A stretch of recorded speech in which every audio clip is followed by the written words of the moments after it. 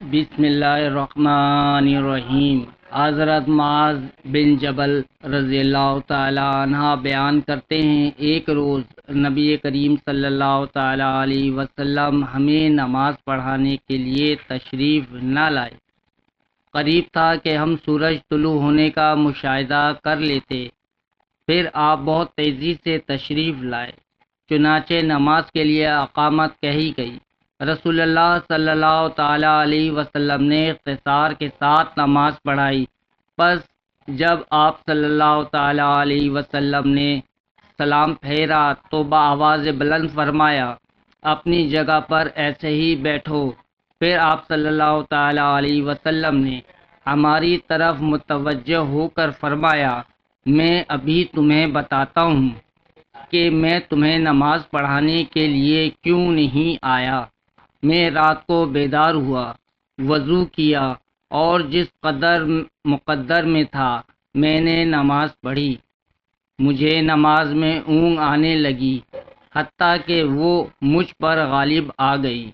جب میں نے اپنے رب تبارک و تعالیٰ کو بہترین صورت میں دیکھا، چنانچہ اس نے فرمایا، محمد، میں نے عرض کیا، میرے رب، میں حاضر ہوں۔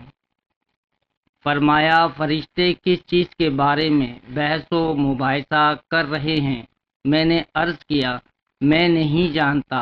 اللہ تبارک و تعالی نے 3 مرتبہ ایسے فرمایا۔ آپ صلی اللہ تعالی علیہ وسلم نے فرمایا، میں نے اسے دیکھا کہ اس نے اپنا ہاتھ میرے کاندھوں کے درمیان رکھا، حتیٰ کہ میں نے اس کی انگلیوں کے پوروں کی ٹھنڈک اپنے قلب و صدر میں محسوس کی، اور میرے سامنے ہر چیز واضح ہو گئی اور میں نے پہچان لی۔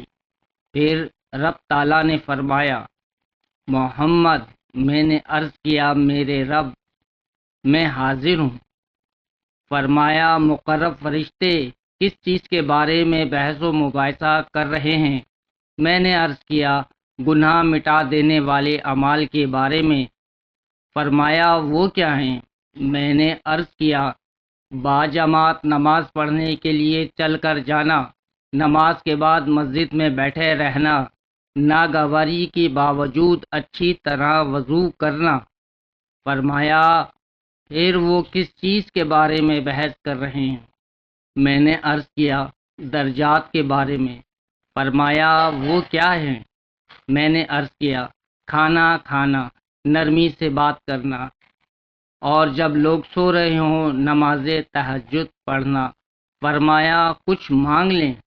آپ صلی اللہ تعالی علیہ وسلم نے فرمایا، میں نے عرض کیا، اے اللہ، تجھ سے نیک اعمال بجا لانے، برے کام چھوڑ دینے اور مسکین سے محبت کرنے کی توفیق مانگتا ہوں، اور یہ کہ تو مجھے بخش دے اور مجھ پر رحم فرما، اور جب تو کسی قوم کو فتنے سے دوچار کرنا چاہے تو مجھے اس میں مبتلا کیے بغیر فوت کر دینا۔ میں تجھ سے تیری محبت اور تجھ سے محبت کرنے والوں کی محبت اور ایسے اعمال کی محبت کا سوال کرتا ہوں جو مجھے تیری محبت کے قریب کر دے۔ پھر رسول اللہ صلی اللہ تعالی علیہ وسلم نے فرمایا، یہ خواب حق ہے، پس اسے یاد کرو اور پھر اسے دوسروں کو بتاؤ۔ حدیث احمد، ترمذی، مشکات، حدیث نمبر 74۔